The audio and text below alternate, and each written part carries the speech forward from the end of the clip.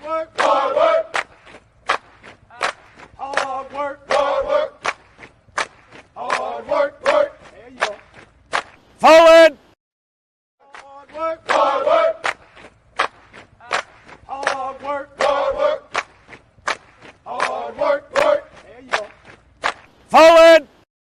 Hard work, hard work, hard work, hard work, hard work, work. There you go. Forward!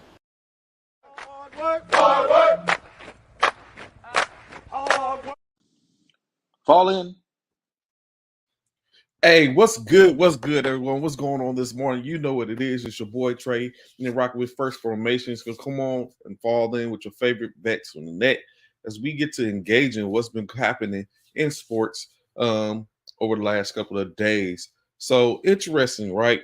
In which my lead initially was going to be that and talk about the WNBA and the sisters in the round ball, but I think I'm going to start off a little different.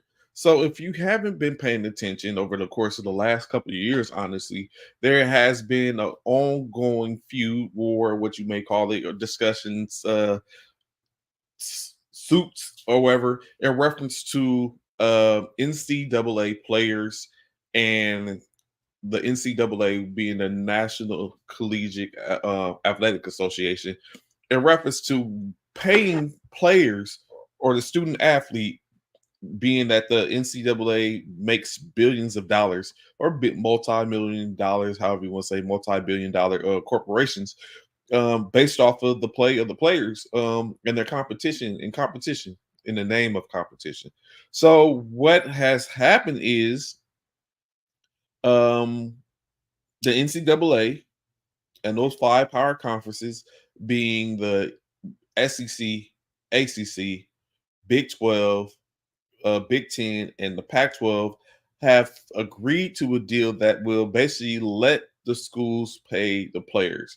Now, bottom line, that sounds all good and grander for the most part. But then, of course, there's some tape there, of course, for the most part. So, what is happening is the NCAA and the leagues, as reported by ESPN, want to make sure you get their credit.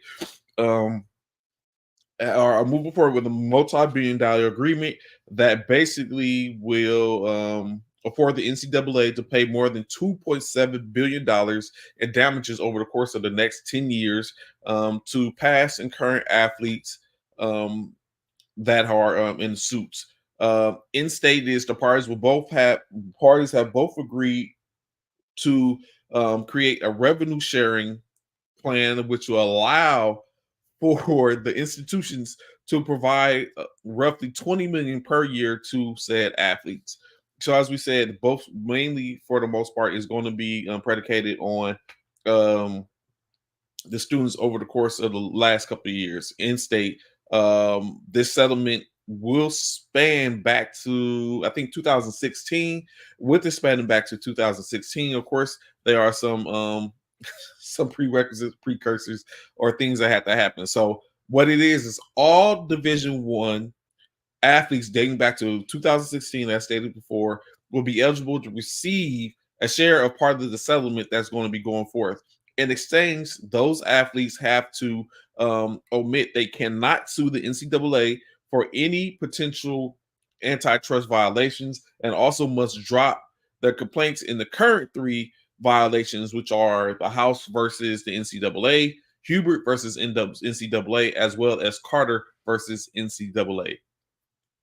So that is kind of like interesting, right? Because those three courts are the current ones that are being covered, in which those terms must be approved by the presiding judge, who is Claudia Wilkin, who is presiding over all three cases.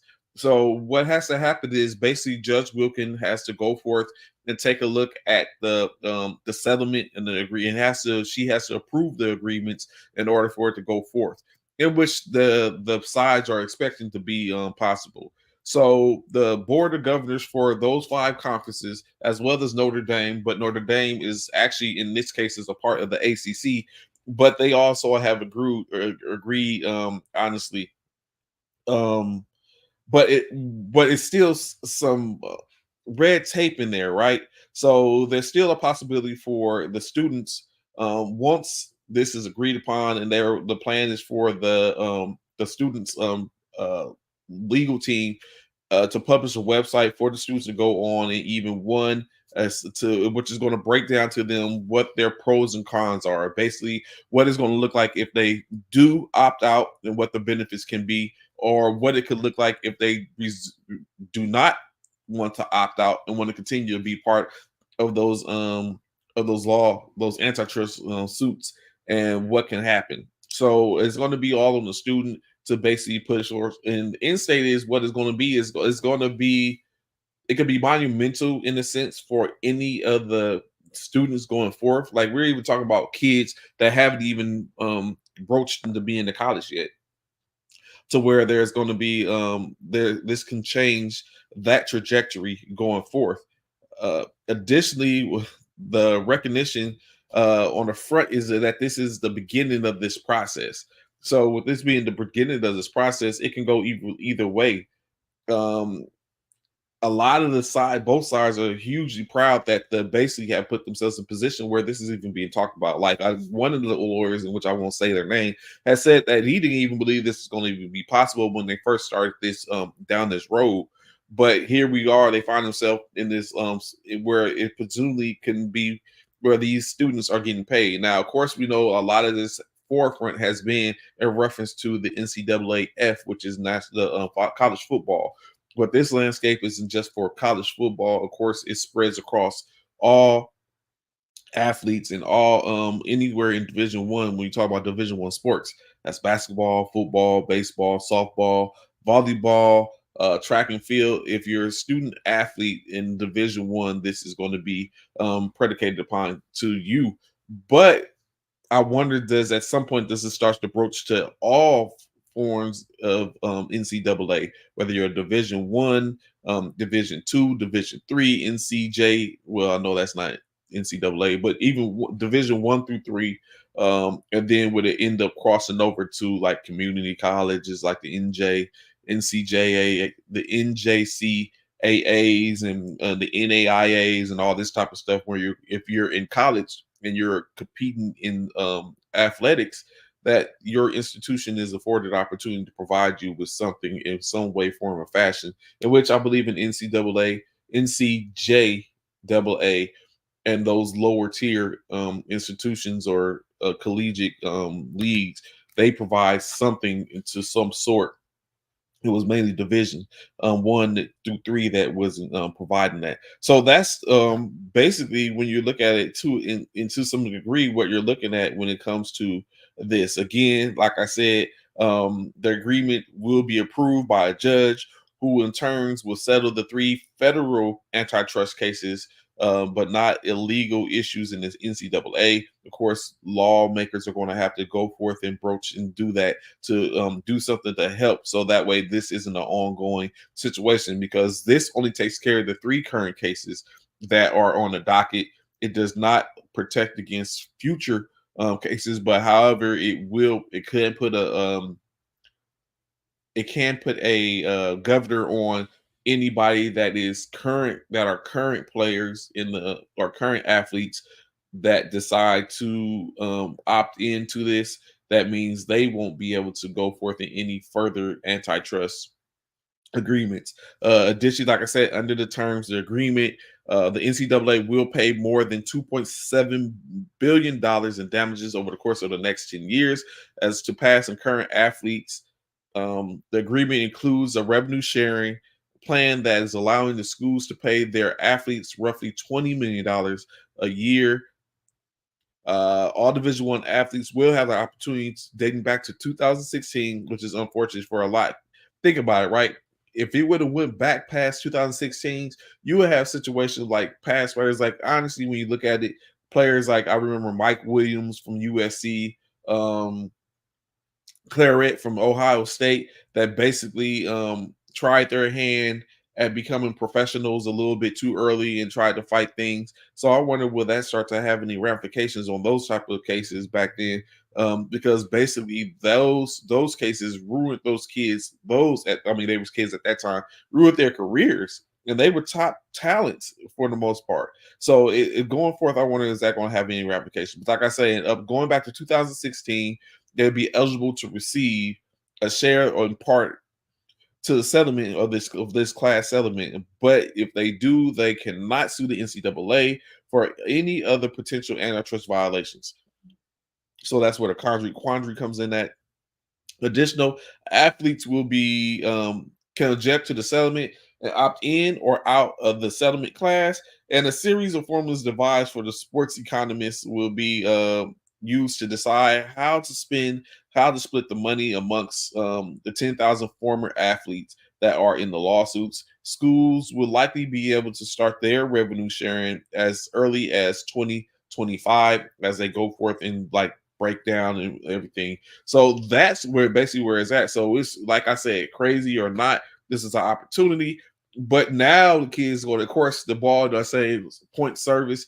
Now what's going to end up happening is the ball is going to be in the court of the students, in which they're going to have to go forth and decide individually, do they stay in the lawsuit or do they opt out? Of course, that's what everything is predicated upon. If they decide to stay in, is no good. The deal is no good. And so it's basically going to be on that. And then the trip thing about it is there's still other suits currently out there that are being pushed. One particular is with if I can recall it, is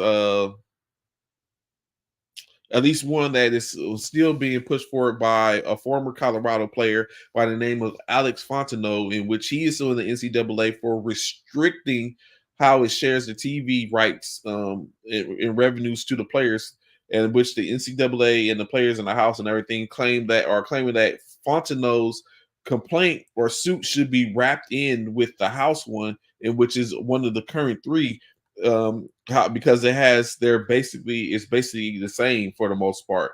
But a judge in Colorado basically has blocked that and says that he doesn't believe that it should be wrapped in and that it should remain separate. So of course his case, antitrust case, is not involved in that, which means any player that is not opting into the current plan in which they have can potentially jump into the Fontenot case and be a part of that antitrust agreement. I mean, settlement suit, and continue to maybe garner. But if they have opted in, then they have basically forfeited the opportunity to be able to sue. So anyone has the right to jump in that, especially if you're an NCAA Division One player. So it's getting a little it's getting crazy, and I'm interested now following, of course, to see where any of this is going to go. I wonder how many players are looking at getting that pay. I'm not sure how many. What we do know is at least a number of maybe about 10,000 former players are currently in the lawsuit, to where they're looking at how they're going to pay those players. And then additionally, you have the 10,000 former and current players that are in the lawsuit, in which that $2.7 billion would be going to, and how it would be distributed.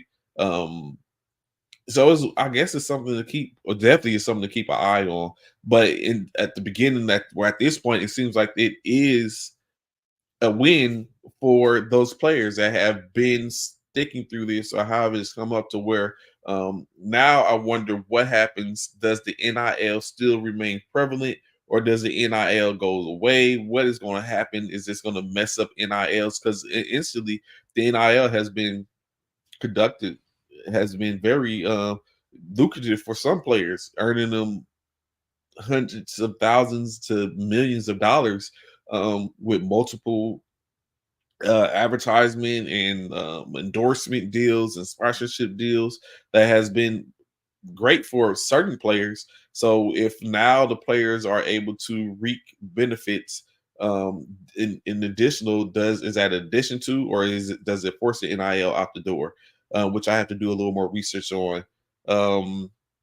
In which has talked about that it believes it makes it easier for schools to rein in the marketplace through third parties NIL. So this can be tremendous for that going forward. So it's crazy. Like, if you if you out there, those viewers or who will see this later on, even after the fact, please feel free to comment. If you were a parent, or let's say if it was even you, are you opting in on this deal, or are you advising your kid to opt in on the deal so they can get their money, or do you continue to fight and stay in and opt out to be a part of this deal and try to get in the back end and see what that happens? Because in state, if this falls apart, it's going to be open. It's going to open up the doors, and then now they're back at the negotiation table to basically get there. So, of course, if you won't, please chime in. I'd like to hear your views on it. Should the students opt in? And like I said, this is creating, I guess you could say, a vortex to where it's going to be across the board over the course of the next uh for anyone coming up. Like we have all these graduations that's going on now. Some of these kids are graduates, some of them are student athletes getting ready to move in, go into being collegiate athletes, and continue their student athlete careers, to where this definitely affects them to where they can get money, or would you advise them as a kid going in, like, just go ahead, opt out, don't be a part of the suit, and just continue to pay attention and jump in on a separate suit later on? So that is definitely moving forth. So definitely keeping an eye on that. Willing to hear more and talk about more of what that looks like for those students, right? The next thing up, right? So, as we know, the WNBA started just a couple of weeks ago, in which they have been, it's been interesting. Even to the fact to where just this past week, earlier in this week, I think the weekly awards was given out, in which some, I ain't gonna say unlikely because it's not unlikely, but there were some awards given out to where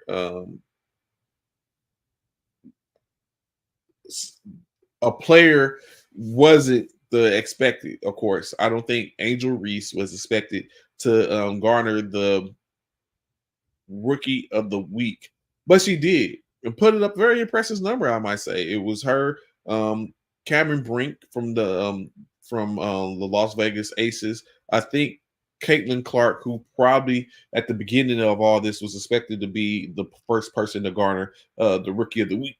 Excuse me, the rookie of the week accolades wasn't expected, but she wasn't able to pull that in. But Caitlin Clark did. However, of course, we know Cardoza hasn't played, expecting to play for the first time June 1st, which is next Friday, in which, a correction, next Saturday, in which she probably will be able to make her debut, as she is dealing with a shoulder injury. But like I say, it's her teammate for that most part, Angel Reese, who was able to garner Rookie of the Year, correction, Rookie of the Week accolades, honors this week, just past week. Additionally, of course, Aja Wilson was the most valuable player, or the player of the week, um, as well. So their teams are off and running with the first part, in which it hasn't been, I guess, what everyone would expect it for the most part to begin, especially with the beginning of Caitlin Clark. As we know, the Indiana Fever aren't looking too hot in state. It's basically tie for the worst team in the league. If you want to go statistically, they are the worst team in the league at 0-5 for the start of the year. Of course, there as well at the bottom of the heap is the Washington Mystics. And then you start to go up from there. So right now, if there were playoffs in the WNBA was to start, the Connecticut Sun, interesting enough, would be the front runner, with a 4-0 record, followed by the New York Liberty, who are currently have one loss on the year, to the Chicago Sky. Interesting enough, the Phoenix Mercury, who were a pretty bad team last year, find themselves currently sitting as the third-ranked team in the league. The Chicago Sky at number 4, the Aces at a 2-1 record, where they just took a L the other night from the Mercury, Phoenix Mercury. and knocking them from the ranks of undefeated would be the 5th ranked team, the Lynx at the 6th rank, the Atlanta Dream at the 7th, and the Seattle Storm coming in at 8, even with a losing record as they are 2-3. As the rest of the league begins to catch up, which means putting the Dallas Wings, Los Angeles Sparks, the Washington Mystics, and the Indiana Fever on the back end of that back end of the 12 of the dozen. So, of course, more to be played, more games to be played. They play a total of 40 games, and we're just 5 games for the most part into a 40-game season still. For some teams, minimum 35 games left. So we'll see how that ends up panning out as things happen. Injuries happen. Correlation happens where players start to build that the camaraderie and the chemistry to build winning teams, and you will see some things might falter, some things might stay the same. Currently, the touted Caitlin Clark is averaging 17.8 points a game, leading her team. Is just in losing efforts in which they have put forth some. It's not to go without just like completely and utterly getting smashed on or whatever case like that. But it is coming down to where they've been close. They've been in some games. They just haven't been able to pull it out, in which it's going to happen. I'm sure we can't. There's no way. I don't see any expectancy where any of these teams, the last two being the Washington Mystics and the Indiana Fever, go without a win this year. It's a little different in the WNBA to where if a team, quote unquote, want to bring back tanking type tactics or strategies, they could get away with it and kind of like build it to where they can be a lower ranked, lower team to get a top draft pick. As we know, you still have players like, like Beckers that is expected to come out this coming next year. I don't know. I think Juju will be able to come out. She will be going into her sophomore or her junior year at the end of this year, being a freshman. So she should be available to come out if she deems so a top tier talent. So there's players that are going to be available. Flo Janae, and a couple in the bevy, of course, of top tier talent out of South Carolina when it comes to women's basketball. So there's going to be players that's going to be available to where a team can sit up and try to tank to be able to get a top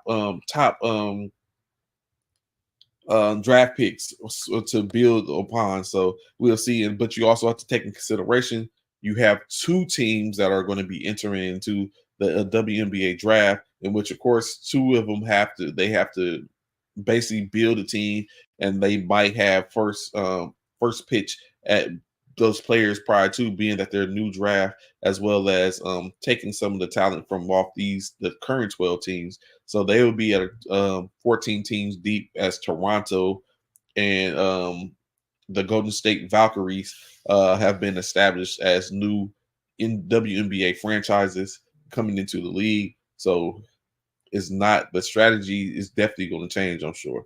But of course, we have that in the WNBA. I think actually there are 1 or 2 games that'll be taken forth today. 1 game, which is basically the 2 of the bottom 4, which we have the Indiana Fever will be taking on the Los Angeles Sparks. As we said, the Fever on 5, the Sparks are 1-2. I would hate for this to be the game in which the Fever get their victory, but we will see a battle of top rookies, as Cameron Brink and Rakia Jackson will be in play versus Caitlin Clark. So Sparks, let's get this 500, 2-2 on the year. Unfortunately, it has to happen like that, but someone has to take the L. And I like to see the Fever get their 6, even though 6 isn't a bad number, but I like to see the Fever get their 6th loss on the year at this particular point. No hate, just is what it is. Got to keep the fandom. Of course, I'm very sure everyone's checking out and keep on paying attention as we get closer and closer, as we get to the end of May. that opens the door, as we're, I think, just a little less than 45 days away from the 2024 Paris Olympics. As we know, the Olympics come, Summer Olympics come every 4 years, in which this is the fourth year, 2024, as we get ready to gear up to be in Paris, and then the next Olympiad gear up to be right back in the States, in the sunny state of Southern California, as the LA Olympics will take forth in 2028. That's what I'm talking about. Coming home, let's go. But in any case, there's plenty to be said in other sports and stuff. Probably going to be a short day for me today because I do have some things in which I got to take care of. But we're going to talk about some things. So first and foremost, shout out to Max Crosby of the, I almost called them Oakland. I be wanting to say Oakland. Shout out to Max Crosby of the Las Vegas Raiders, as they were able to restructure his deal, which gets him a $6 million reward on his contract. As they restructured it, the Raiders are also moving 1 million of that money to his 2026 salary. So that way, basically, everything is a restructure, a construction, so that way they can be able to use that money in their current state. Max Crosby has basically uh, become a stalwart on the Raiders defense. After he signed a 4-year, $95 million deal. This new money and more, it gives him $53 million guaranteed, or where he signed the $53 million that was guaranteed just 2 years ago. The restructuring kind of like opens up the door. I wonder if I was a player, right? If I was a player, and we know, like, in state, like, ultimately, in which we've had this conversation before, we play. If you're a player on a professional team, you're playing to get paid. In my opinion, you're playing to get paid in what you love doing. You decide, you set out on the in the journey of becoming a professional athlete. You become a professional athlete. You start getting paid as a professional athlete, um, making millions of dollars or high end six figures. Um, that is that's your job. Like, I think secondary to that is being able to compete for championships on all levels, whether it's a world championship, a conference championship, a divisions championship. And then for you as an individual, there's accolades, whether it be a player of the year, whatever side of the ball you're playing on. uh just, saying those accolades, because I'm very sure those go into your contract, in which it becomes incentives for you to recoup more money. So everything is predicated on money. Winning, losing, all of it's predicated on money. uh so I wonder if I were, and so in that being said, you additionally have to be able to bring in the best talent possible to be able to compete and do that. And of course, we know winning begets getting more money, because there's endorsements. There's more of the league want to have that team or teams to be shown, because everyone wants to see and be connected with the winning culture. And saying, it's just a domino effect. So me, as a top tier talent on a team, being paid top tier money, when every year that tends to change, would I be a player to push some of my money to the side in efforts to restructure, to create more money, to bring in more talent?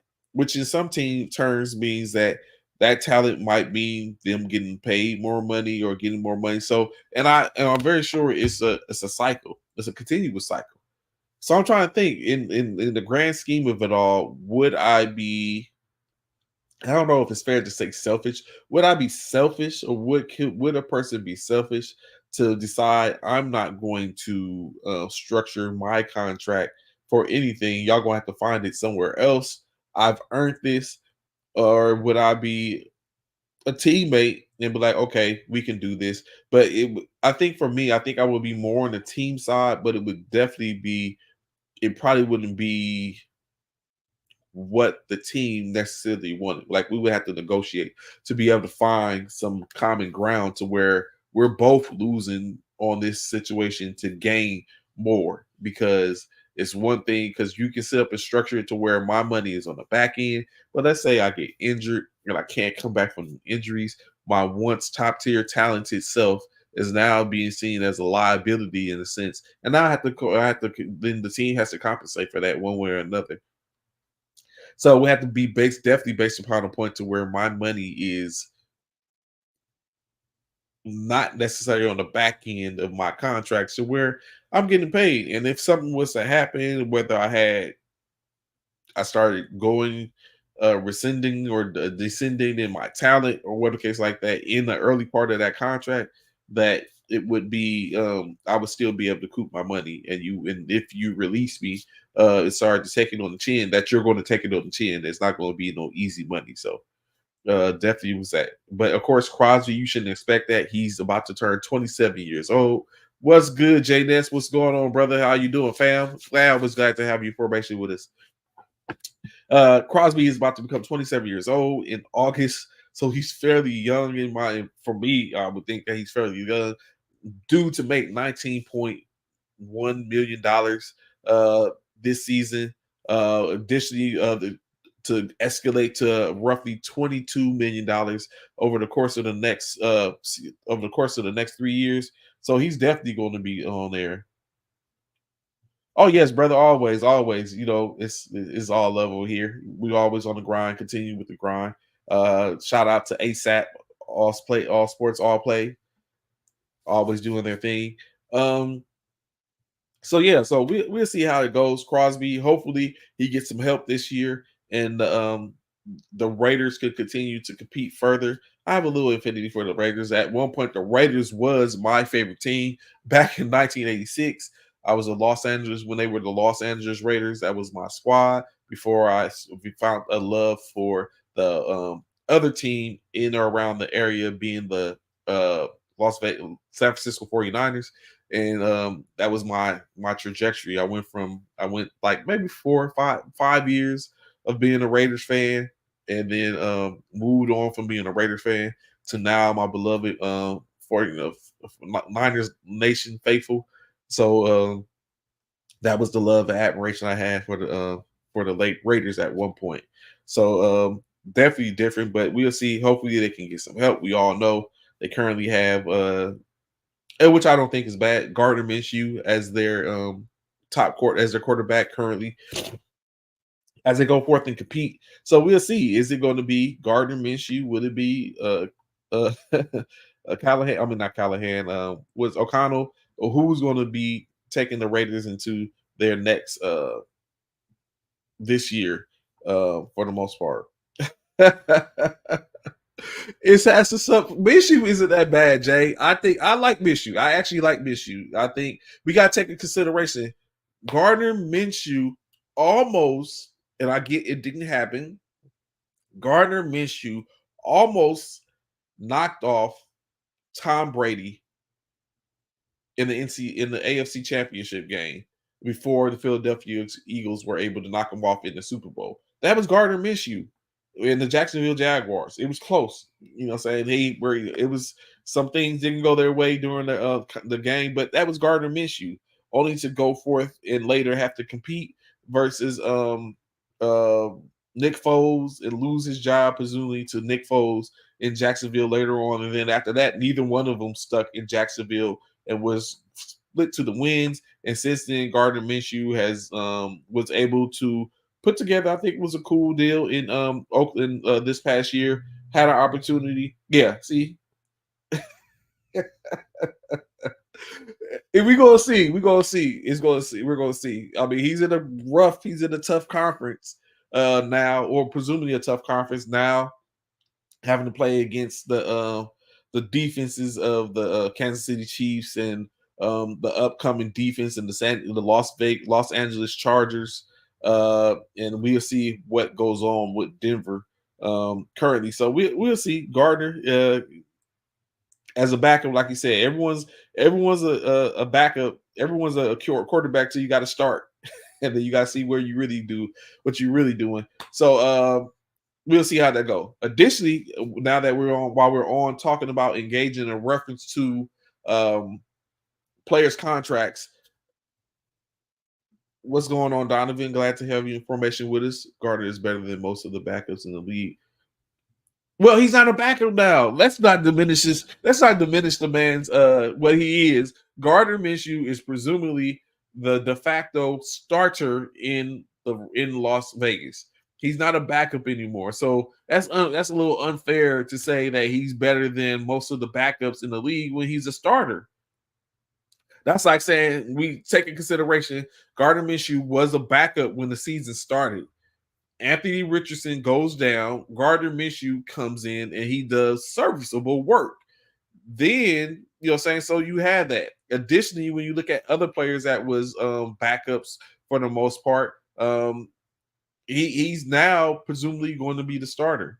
So it's unfair to call him a backup in a sense, or say that he's better than most of the backups. Same thing with Sam Darnold. Sam Darnold was the backup to Brock Purdy.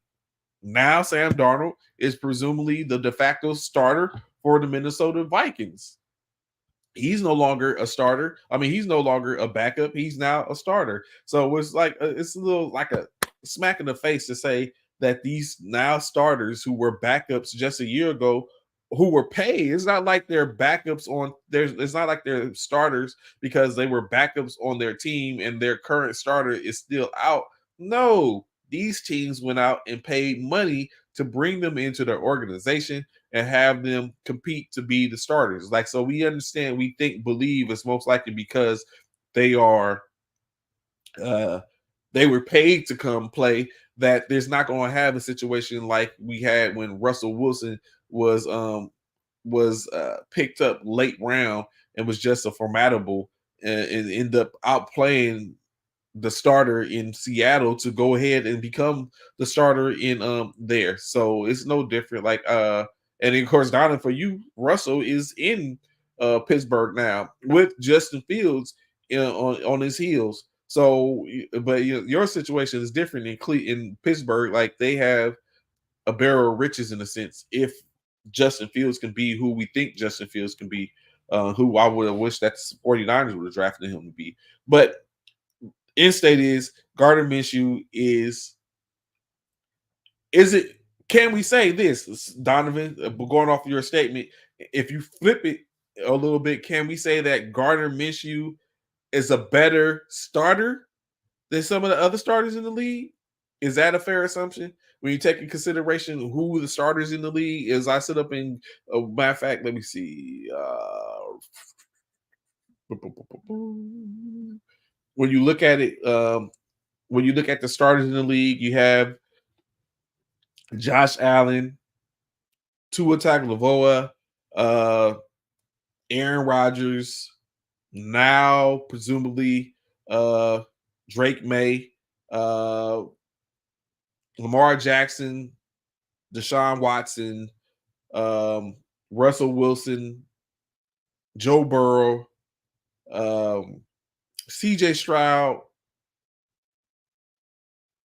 Will Levis, Anthony Richardson, Patrick Mahomes, maybe Bo Nix. I don't know. We don't know what's going on there.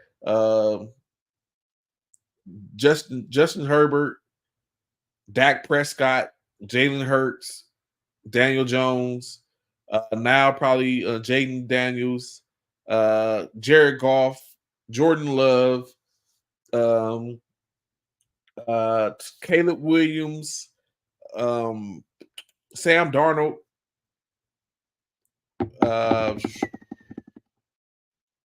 Carolina Panthers has Bryce Young. New Orleans Saints has Derek Carr. Tampa Bay has Gardner. I mean, not Gardner. Has what's his name? Baker Mayfield. New Orleans has. Oh, we just had Carr. Atlanta has. Can't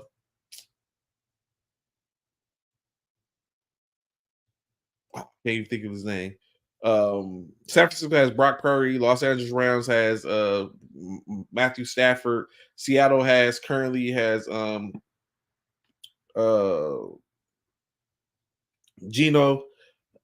Arizona has Kyler Murray. What are like is Gardner Minshew better than any of those for the most part? In which I think he might be able to outplay a couple of those. So in those 32, he's not the worst in that aspect. I don't think, at least I don't think. Mac Jones. Well, Mac Jones isn't the starter. Mac Jones isn't going to be the starter. He's a backup now. Mac Jones is a backup. He's backing up my man in Jacksonville, Lawrence. He's backing up Lawrence in Jacksonville. So he's not a starter, but like I said, Daniel Jones, Sam Darnold are starters. In which Gardner Minshew might be better. And let's not omit the fact that it also comes with your team and who you got, your receivers and your offense, and in some cases, some of those people like Gardner Minshew has a receiving core. He just got Bowers. He added Bowers to their squad as the top rookie that they drafted. He already had Devontae Adams.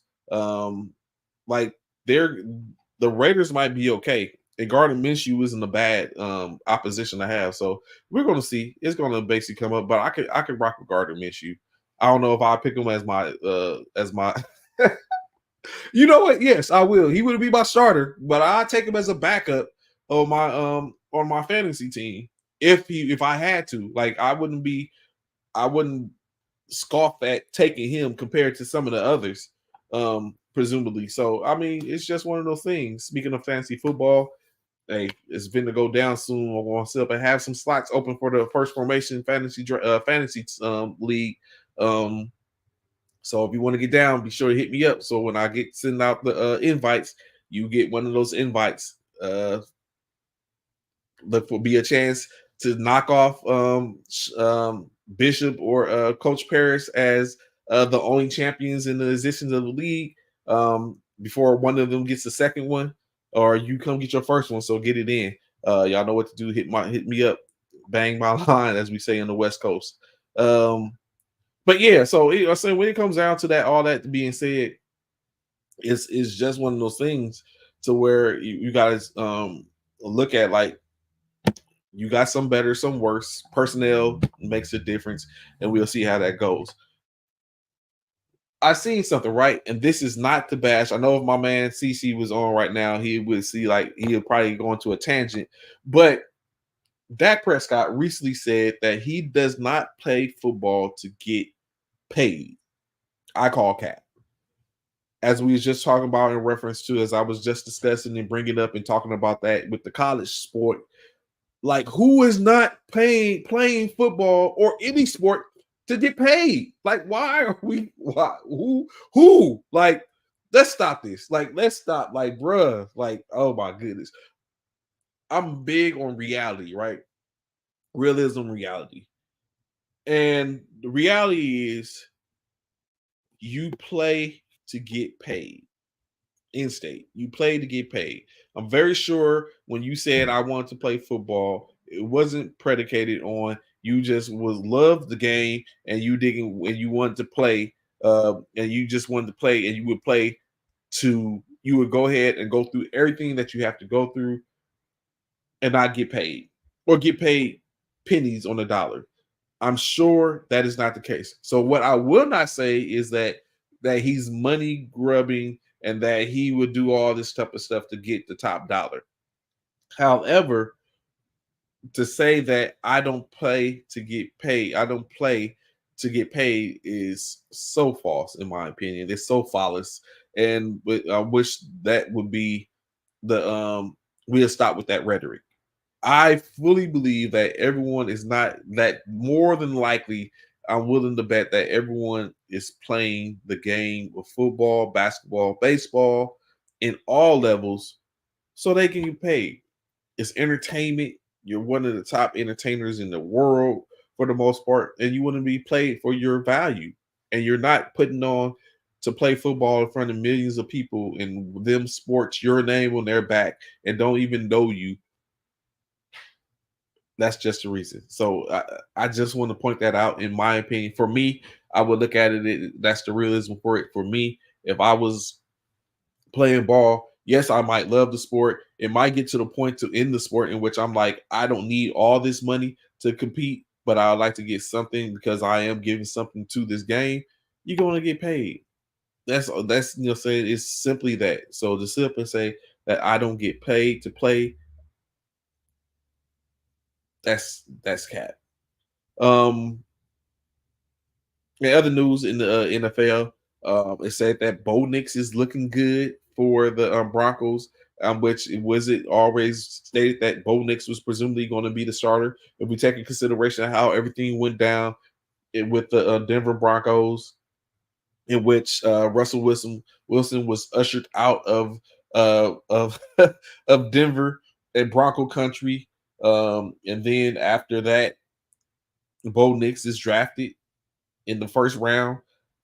I guess the writing was always on the wall that Bo Nix was basically going to be the incumbent starter at some point, and it was being set. The table was being set for him to be the starter, and they didn't go out and get any big name talent, or they didn't go hard on in the quarterback market for free agency. So once Bo Nix was started, I guess it was expected that Bo Nix was going to end up to become the starter. It actually said that he's looking pretty good.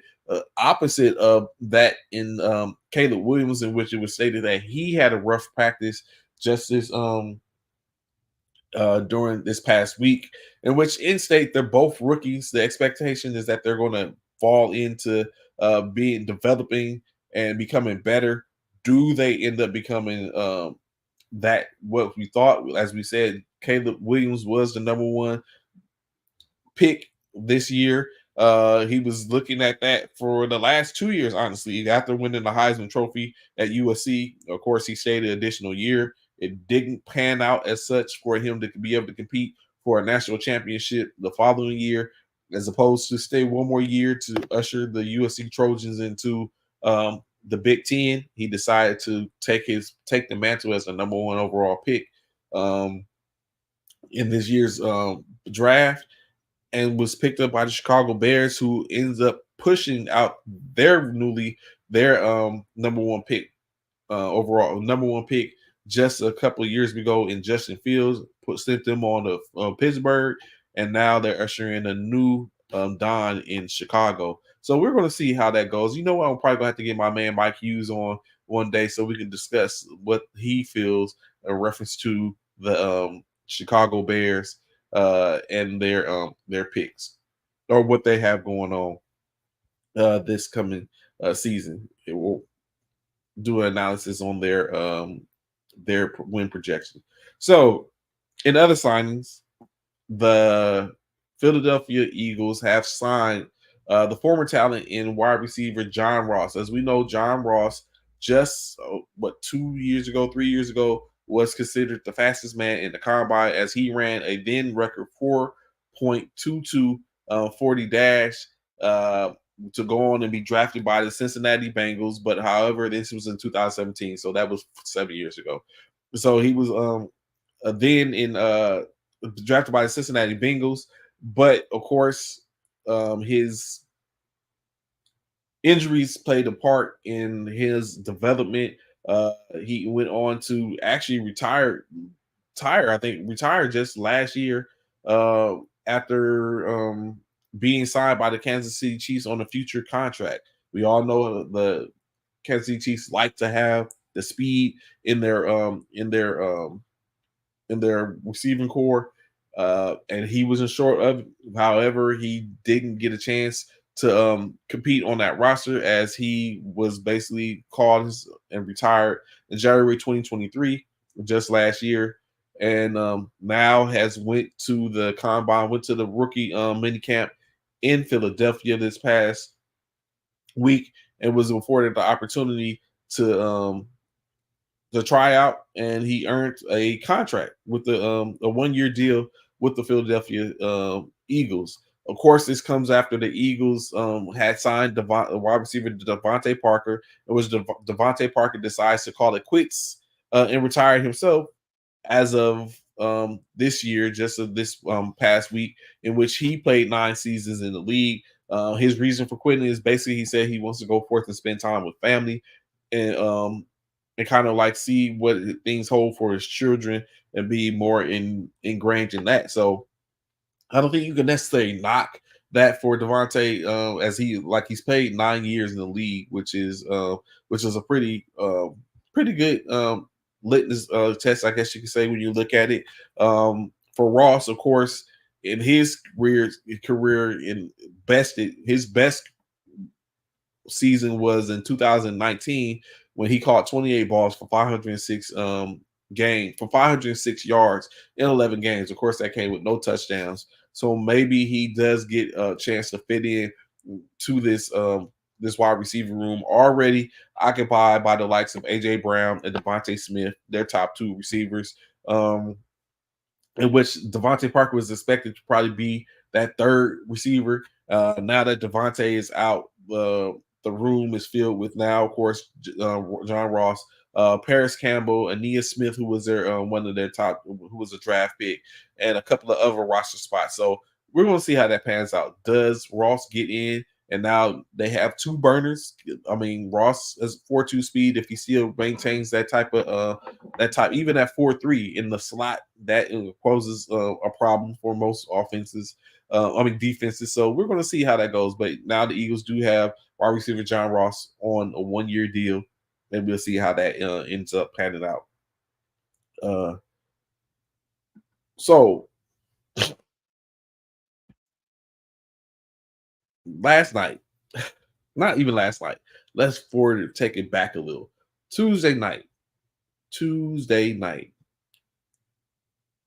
I sat and watched an NBA game, as I do for the most part throughout the course of the year. I sat and watched an NBA game on Tuesday night. This NBA game in which I watched was the beginning of the Eastern Conference Finals that pitted the Indiana Pacers, 6-seeded Indiana Pacers, against the number 1 seeded Boston Celtics, right? In which a game in which, as I watched, just knew in the waning seconds that the Indiana Pacers was going to shock the world and knock off the Celtics at home, game 1 of the Eastern Conference Finals. As I continued to watch in the waning seconds of the fourth quarter,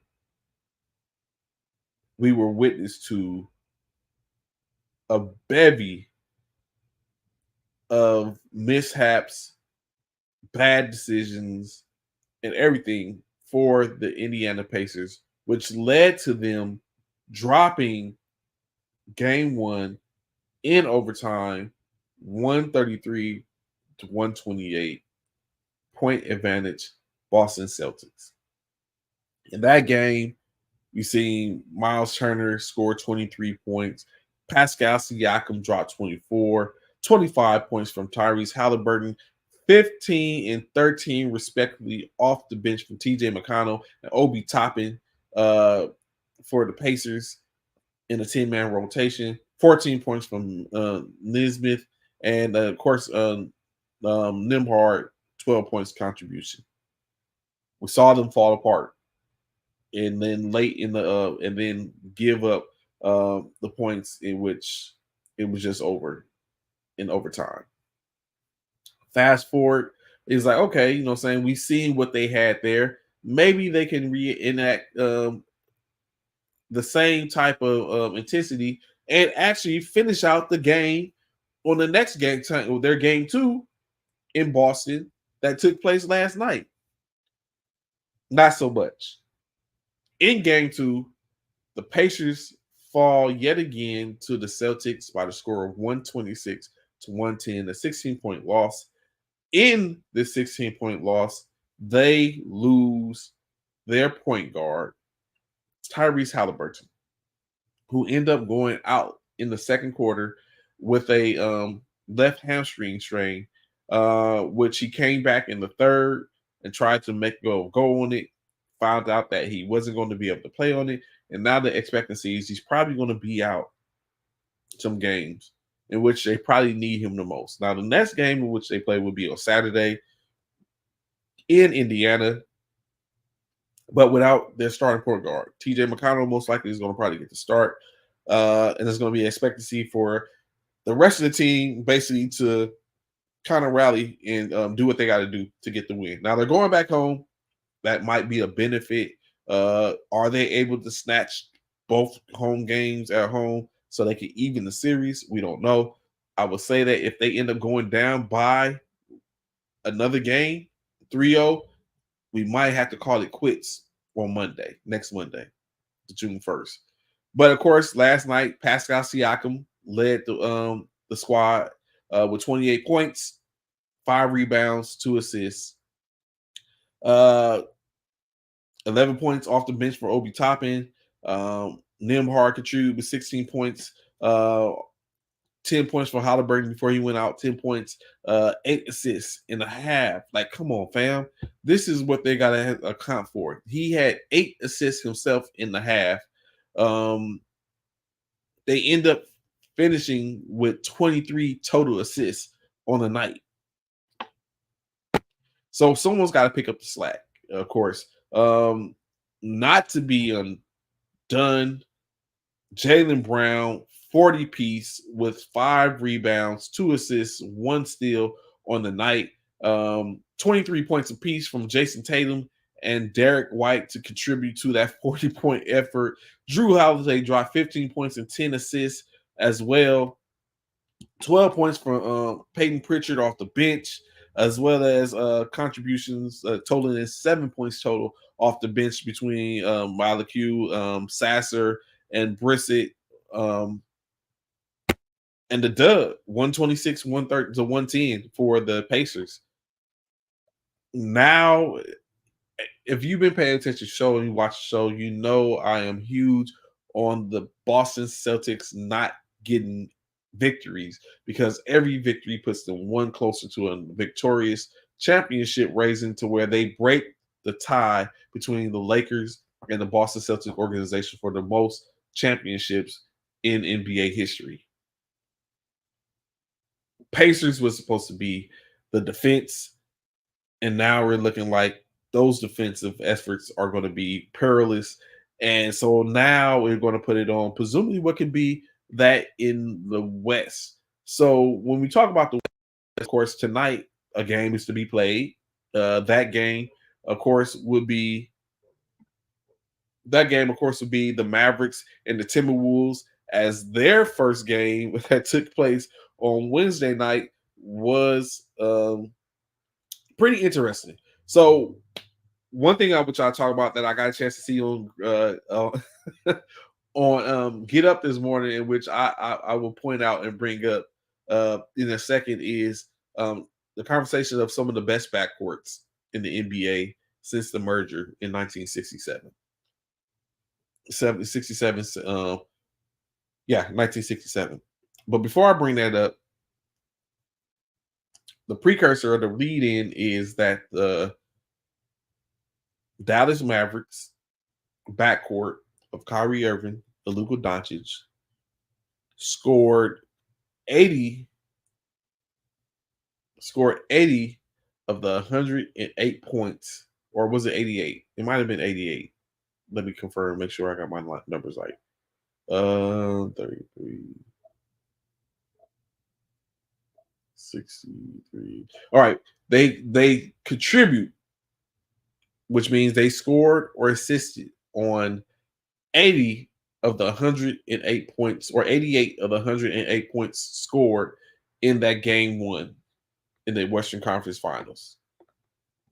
They accounted for 80% of the offense on this team that had a 10-man rotation during the first period of the first game of the Western Conference Final. Luka Doncic dropped 33 points with 8 assists. Kyrie Irving 33 points with 4 assists. which amounts to 63 points and 12 assists on the night. You had 13 points from PJ Washington, who was ideal and key in their last series. Derrick Jones Jr. contributed 8 points, 10 points from Gafford. They're a long team, honestly. 9 points from Lively. And then, of course, Jeff Green and Jay Hardy contribute with 3 and 2 points, respectively. For the Minnesota Timberwolves, Jaden McDaniels had 24 points, 19 points from Anthony Edwards as he was his best, 16 points from Karl Anthony Towns, 12 points from Rudy Gobert, 6 points from Mike Conley Jr., 24 points off the bench between Naz Reid and Anderson, and a 105-108 victory for the Mavericks. Fast forward tonight, we're going to see, do we see some of the same type of intensity from the Mavericks, or does it up a notch? Because in my opinion, it can go up a little bit. We just said it was 66 points contribution, 63-point contribution from Kyrie and Luka as far as it goes to the point total. Do we see something where the rest of the team gets into it and then now we have it all clicking on all cylinders? Are the Mavericks the team to actually beat in this series as opposed to what we thought the Timberwolves? The Mavericks come in as a 5th seed. The Timberwolves come in as a 3rd seed. Were we looking the wrong way when we was looking at OKC and Denver for this part, in which both of these teams had to go through to get to this point? And now we're seeing it point to a fact where, taking consideration, Dallas Mavericks have been in 2 of the last 3 Western Conference Finals. That's something to be we're not paying attention to. What Donna say? Rumor has it that the Lakers are waiting to hire Sam Cassell as a head coach after the Celtics season is over, because we all know JJ Redick does not get that over Sam. Talking about JJ's the next Pat Riley. I don't know, Donovan. I had to go back. Matter of fact, I want to confirm with my man Seven Mitchell. If y'all don't know, been checking out Seven Mitchell and Lakerland podcast. We'll have to tap in with Seven with reference to the Laker Talker, which I had planned to. But I don't know. Is Sam Cassell a better option than JJ? I don't know. Can JJ get the X and the O? What I would prefer, honestly, is I would prefer to see some new blood as opposed to try to replicate other things. Definitely to see some new blood. That's just me personally. I mean, Darvin Ham was tried out. It didn't work. We let go of the last person to get us a championship. But then again, he goes to Phoenix and it doesn't work. This morning, JJ Bickerstaff was fired, or yesterday, JJ Bickerstaff was fired from Cleveland after having a 500 win percentage in them over the last 5 years. So it's hard to really tell what it is that people really want when it comes down to these institution organizations. What I do know is that a bunch of I ain't gonna say no names, but a bunch of coaches that haven't been in conversation and talks were the 3 finalists for the NBA's Coach of the Year award. And Dagnall from OKC, who ended up winning it. The head coach for Minnesota. Like, that's something to take a look at. So I understand Laker lore is being getting the biggest and the brightest, but it's probably someone, in my opinion, one of the greatest coaches now currently is Spoelstra. And we didn't even know who the hell Spoelstra was when he first came into the league. We do now. So it's probably one of those that's sitting there waiting for the Lakers. And maybe it's time for the Lakers to traverse a little, get back into a grit and grind type of situation. I know glamour and glitz is all having the top free agents and top names in the business, but we need to get those guys that's going to do the dirty work and that's going to build and make the team. I was just looking this morning as I get ready to talk about Seth Greenberg. Oh, not Seth Greenberg. Greenberg from the uh, Get Up ESPN show was talking about the fact of what we just speaking of when you look at the Dallas Mavericks and Kyrie Irving and Luka Doncic being one of the premier backcourts in the NBA, even saying that listening to Coach Van Gundy on the broadcast say that this is one of the greatest backcourts in NBA history. So he went as far, he didn't want to say that that is the case, but he did go on to say that in his opinion that he created the green list and was talking about who he feel is the top backcourt since the most offensively based backcourt since the merger in 1976. I'm sorry, I 67 early 1976. Who's just so we're talking about over 40 years ago, in which the NBA merged with the ABA, and now so you looked at what his top five are. His top five, and where he said from an offensive standpoint, of course, his number five is the backcourt or the tandem of Chris Paul and James Harden when they were together in Houston. Then, of course, he goes on to say Magic Johnson and Byron Scott. Then he went on to say Isaiah Thomas and Joe Dumars at three. At two, he went with Luka Doncic and Kyrie Irving, and of course, the number one backcourt since the merger. Of course, he put as the Splash Brothers being Klay Thompson and Steph Curry at the number one spot. So, of course, you got Jay Williams that's on there. And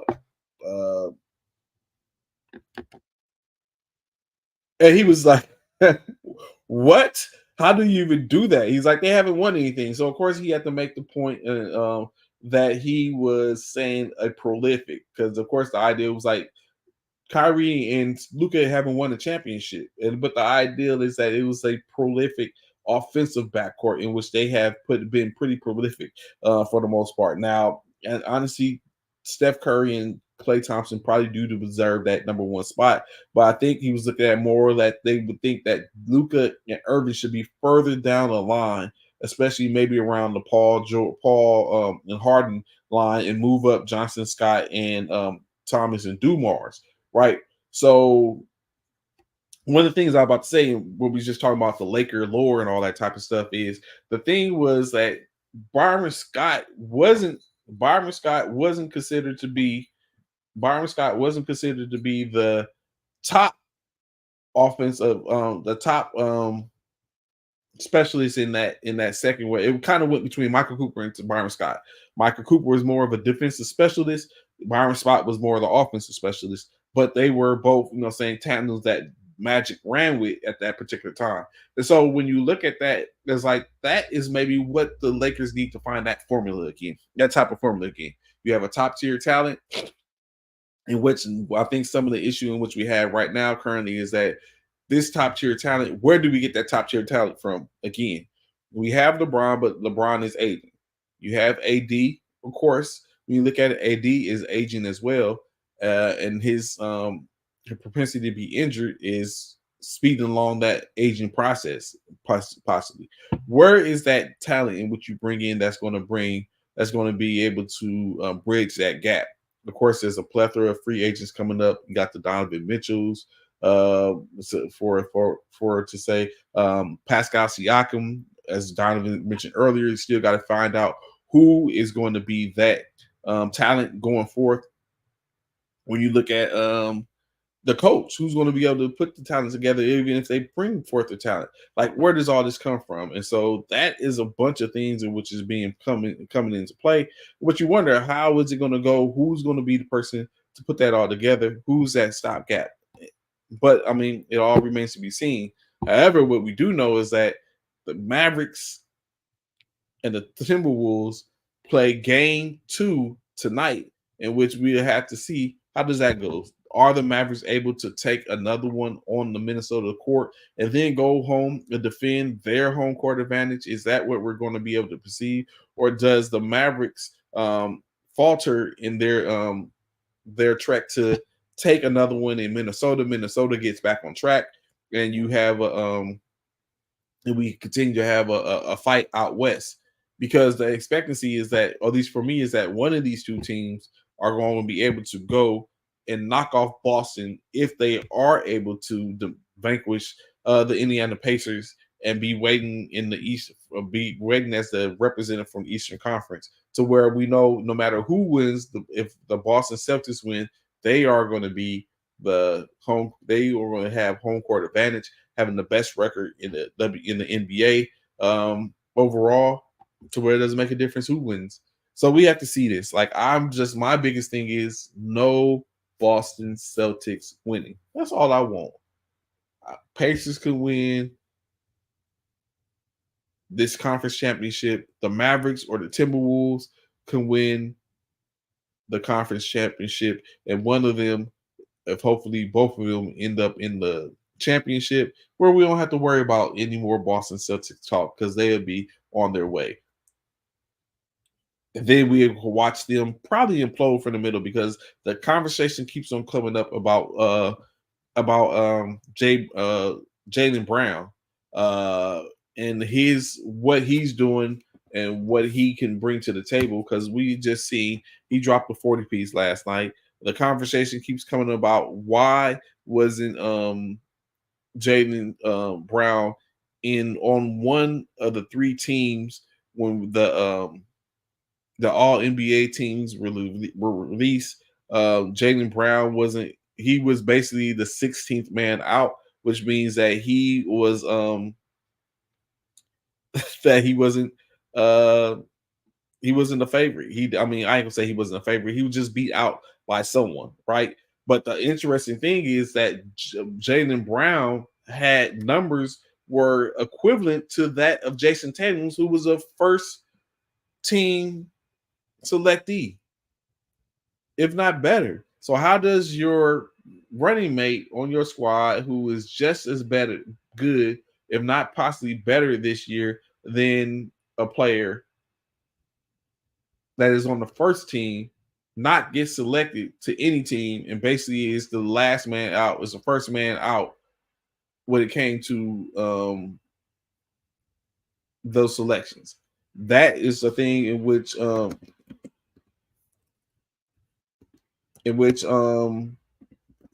came forth this year. Like, how is that possible? And I continue to wonder, right? And I really, really, really look at this and wonder, how is it that when these teams are selected, is it a contentious to where where it really is a situation to where they're selected based on, are they selected based on, is it up and up, like, or is it visible for us to be able to see? Like, we see the voting for the most part. They say who got first team, second team, third team votes. But I wonder, is that really the case? Because we don't see the names. I wonder, is there something where you can see the names, where you can see where everyone can see and be accountable? It's like, yeah, I did select this, or no, I didn't select this. So how does this happen? But of course, the teams were announced on the 22nd, which is this past week, in which Giannis Antetokounmpo, Luka Doncic, Shai Gilgeous-Alexander, Nikola Jokic, and Jason Tatum were selected as NBA All First Teamers. Additionally, the second team, Jalen Brunson, Anthony Davis, Kevin Durant, Anthony Edwards, and Kawhi Leonard selected as the second team. And then lastly, the third team, composed of Devin Booker from the Phoenix Suns, Steph Curry from the Warriors, LeBron James from the Lakers, Tyrese Halliburton from the Spacers, and Domantas Sabonis from the Sacramento Kings as the third team, which, like I said, end up putting Brown 16 man out, as he would have been the next selection for for the backcourt. So when you look at it, right, because it looks like it was selected on the same two guard and three forward center combination, is basically saying who can Jaylen Brown had ousted, in a sense. You had Gillis, you had SGA and Luka. Was Brown better than either one of them? I don't think so. Both of them were finalists for the MVP award. All three of the finalists for the MVP award were in the first team. Then the next two, Jalen Brunson and Anthony Edwards. Was Jason Edwards? I mean, was Jalen Brown better than either one of them?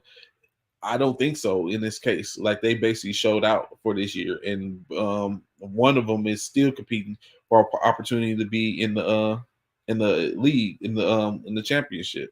And then the third team, now Steph Curry or Devin Booker.